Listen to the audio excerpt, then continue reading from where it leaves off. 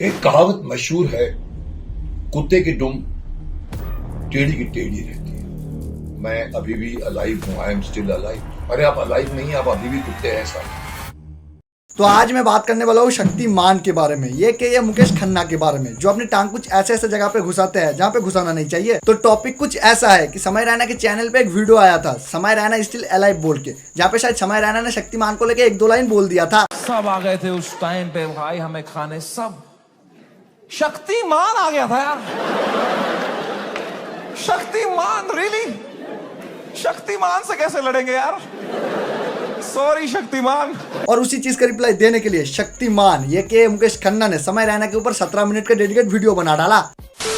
एक कहावत मशहूर है, कुत्ते की दुम टेढ़ी की टेढ़ी रहती है। कितने भी उसको घुसा के रख दो एक बंद डाली के अंदर। नहीं, कुत्ते का दुम वाला कहावत तो ठीक है, लेकिन इशारा कुछ गलत चीज का नहीं लग रहा। मतलब ऐसा लग रहा है कि मुकेश जी मुंह से कुछ और कह रहे हैं और इशारे से कुछ और। ये कहावत वैसे कुत्तों के लिए इस्तेमाल नहीं की जाती, ये बंदों के लिए इस्तेमाल की जाती है। हाँ, मैं तो कहूंगा कि बंदों के लिए इस्तेमाल करना चाहिए, लेकिन उसके साथ साथ बुड्ढों के लिए भी इस्तेमाल करना चाहिए, क्योंकि जब बुढ़ापे में दिमाग सटिया जाता है तो वो भी ऐसे ही हर किसी को भर भर के ज्ञान पेलने लगता है। जहां मैं ज्यादा घुमा फिरा के बात नहीं करूंगा।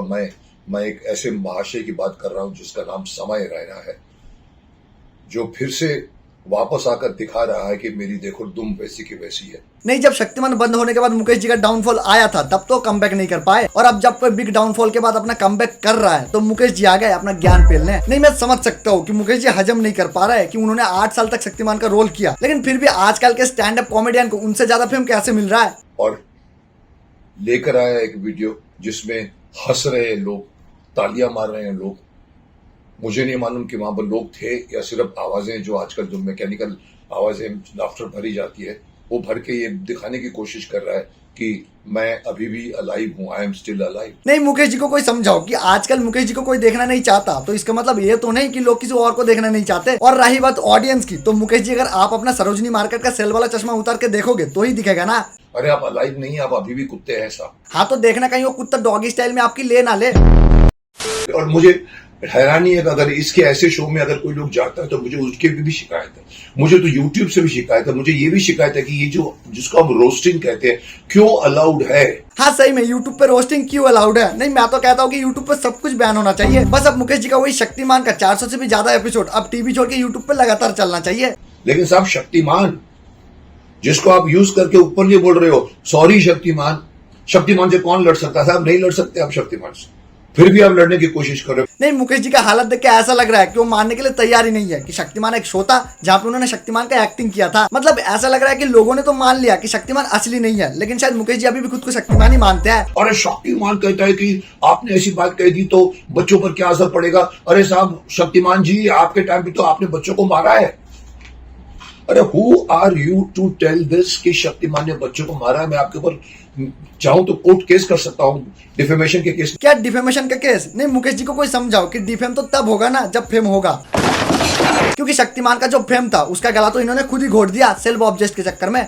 और मुझे हैरान है कि आपके इस छोटी सी घिनौनी गंदी वीडियो को आपने फिर से लाने के बाद में मैं देख रहा हूं कि आपको इतने मिलियन व्यूज मिल गए हैं। कसूर कौन है? देखने वाले का कसूर है। हाँ, मुकेश जी देखने वालों का ही कसूर है। नहीं, मैं तो कहता हूँ कि समय रैना को छोड़ो और पहले देखने वालों के ऊपर ही केस करो, फिर देखना वो लोग ये सब देखना छोड़ के यूट्यूब पे सिर्फ शक्तिमान ही देखेंगे। फिर से ये वाला शो क्यों आ गया? किसने अलाउ किया इसको? आप बोलोगे फ्रीडम है साहब, यूट्यूब का दरवाजा खुला हुआ है, अंदर जाके मैं कुछ भी बोल सकता हूँ। तो सर मैं यूट्यूब को शिकायत करूँ कि किसको शिकायत करूँ कि पुलिस को शिकायत करूँ? नहीं मुकेश जी, आप ये सब कुछ मत करो, बस एक ही चीज करो, हाइबरनेशन में चले जाओ, फिर ना आप किसी को दिखोगे और ना आपको ये सब देखना पड़ेगा। मैं इसलिए नहीं आया हूं कि शक्तिमान को उसने इन्वॉल्व किया है, क्योंकि मुझे मालूम है शक्तिमान की इमेज इतनी स्ट्रांग है कि तुम जैसा बच्चा कितना भी माउंट एवरेस्ट पे खड़े होकर, आईफल टावर पर खड़े होकर भी बोल दे शक्तिमान के खिलाफ, कोई फर्क नहीं पड़ने वाला है सब। हाँ, सही में मुकेश जी को कोई फर्क नहीं पड़ा, इसलिए तो एक दो लाइन जोक के लिए इन्होंने पूरा 17 मिनट का डेडिकेट वीडियो बना डाला। मैं इसलिए आया हूं कि मुझे शिकायत है कि इस तरह की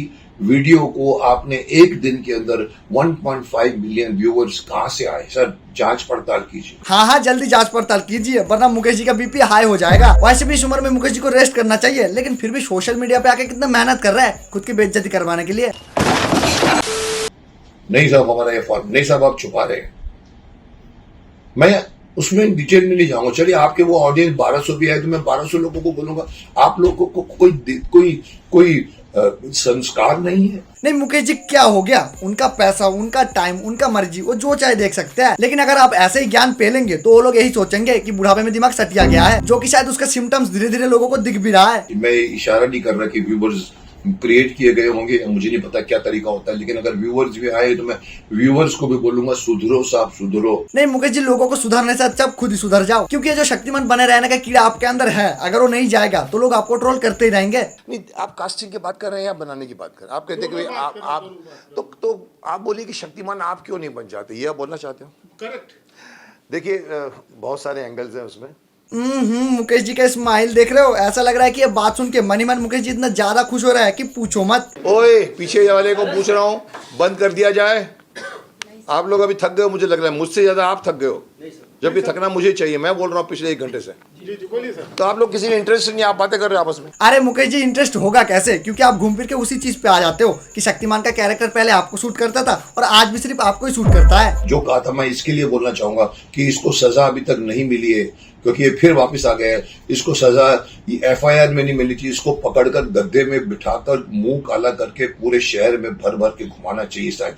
नहीं मुकेश जी, अगर आपको समय रैना के कॉमेडी से इतना ही दिक्कत है तो आप उसे देख ही क्यों रहे हैं। नहीं मैं तो कहता हूँ कि आप जाके सुनील पाल को देखो, जिसकी जोक सुन के आजकल लोगों को तो हंसी नहीं आता, लेकिन शायद आपको आ जाए। देखिए ऐसे बद बोलने वाले ऐसे जो जिनके पास कोई अरे मुकेश जी आराम से, क्यों इस उम्र में खुद के ऊपर इतना प्रेशर डाल रहे हो। नहीं मुकेश जी का हालत देख के अब मुझे समझ में आ रहा है कि डाउनफॉल से किसी किसी की दिमाग सटिया भी जाता है। मैं सिर्फ यही बोलने के लिए आया हूँ कि समय, आपका समय खत्म हो जाना चाहिए। नहीं समय का समय खत्म हो या ना हो, लेकिन शायद आप अपना समय खत्म करके ही मानेंगे।